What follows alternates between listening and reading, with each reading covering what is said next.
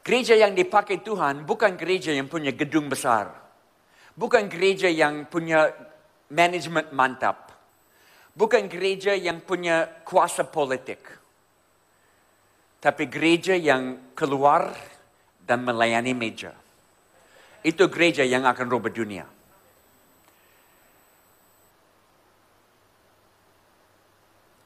Ada 2 contoh.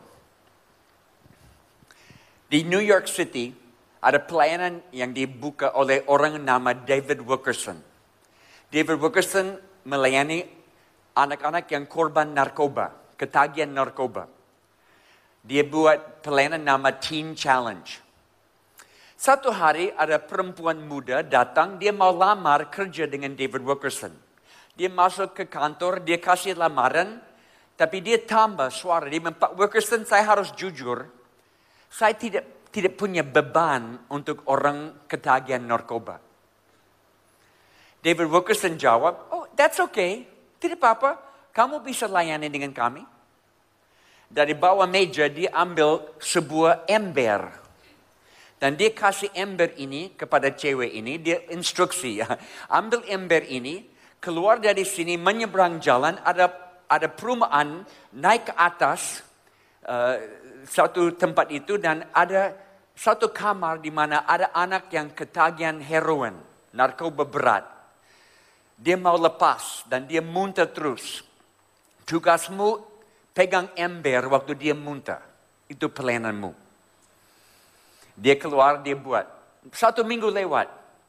Ada ketuk di pintu David Wilkerson. Masuk. Cewek ini dia masuk dengan lompat-lompat. Saya dapat. David Wilkerson tanya, dapat apa? Dia jawab, saya dapat beban untuk orang ketagihan narkoba. Bagaimana caranya? Saya pegang ember, saya dapat beban.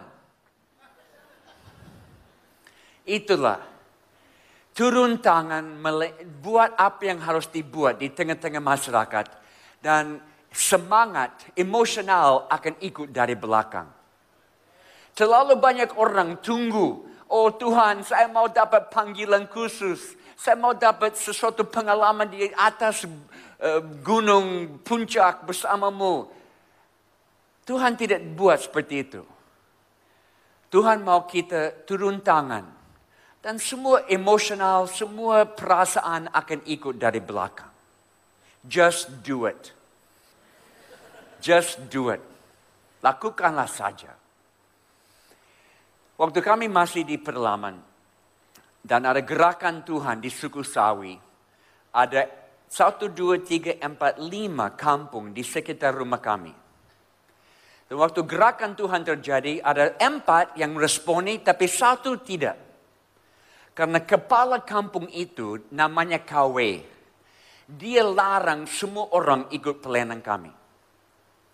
Istrinya beberapa kali sembunyi-sembunyi ikut pelayanan kembali, KW pukul dia setengah mati. Istrinya sudah jadi hamil 1, 2, 3 kali melahirkan bayi yang mati. Belum pernah melahirkan bayi yang hidup. Waktu dia hamil kali keempat, KW izinkan dia datang ke klinik yang istri saya tangani. Dan istri saya beri perhatian khusus kepada ibu-ibu hamil. Dan waktu istri KW mau melahirkan, KW izinkan istri saya bantu dia melahirkan. Dan dia melahirkan bayi yang hidup pertama kali dalam hidup dia. Bayi hidup. Dan istri saya buat sesuatu yang pada waktu itu dia selalu buat dengan ibu-ibu yang melahirkan. Karena ada satu orang pengusaha di Amerika yang sepanjang hidup waktu dia buat business trip ke kota-kota, menginap di hotel, setiap kali dia mau check out dari hotel, dia selalu masuk ke kamar mandi dan dia ambil sabun kecil dari kamar mandi dan dia sakukan sabun itu sebelum check out, bawa pulang. Nah, mungkin orang Indonesia tidak buat itu, orang Amerika banyak buat itu. Jadi sepanjang umur hidup, dia kumpul banyak sabun kecil ini. Dia pensiun sekarang, dia tidak pakai, dia hanya kumpul-kumpul di garasi, ada karton besar. Dia bingung mau buat apa dengan sabun kecil ini. Dia pikir, mungkin Jim Yos bisa pakai di tengah hutan di Papua. Mungkin dia pikir saya tidak mandi. Jadi dia kirim.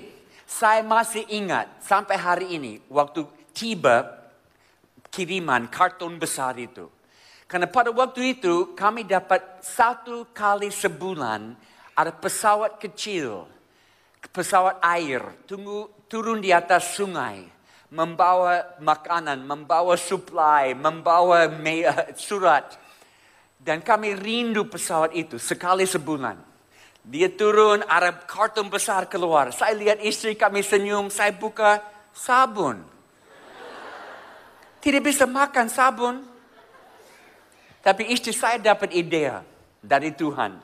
Setiap ibu yang melahirkan, dia selalu berikan 1 sabun dengan instruksi bagaimana caranya bawa bayi ke sungai tiap hari dan kasih mandi anak bayi di sungai, di air. Jadi setiap hari kami lihat istri KW, dia turun di sungai kasih mandi anak. 1 minggu masih hidup. 1 bulan masih hidup. 3 bulan masih hidup. Baru KW mau kasih nama kepada anak. Sebelum itu dia tidak mau kasih nama karena dia yakin akan mati percuma kasih nama. Dia tunggu 3 bulan baru beri nama. Dan dia datang ke rumah. Pertama kali dia datang ke rumah. Kami duduk sama-sama dan dia buka semua. Dia bilang, Jim, dari hari pertama saya lawan semua pelayananmu di sini. Saya tidak izinkan siapapun dari kampung saya ikut. Tapi Jim dan istri, begitu besar kasihmu kepada saya dan istri saya. Sampai kasih sepotong sabun supaya anak kami hidup. Saya mau dengar tentang Yesus ini. Dan dia percaya Yesus hari itu. Dia buka pintu dan 1 kampung datang kepada Yesus karena sepotong sabun.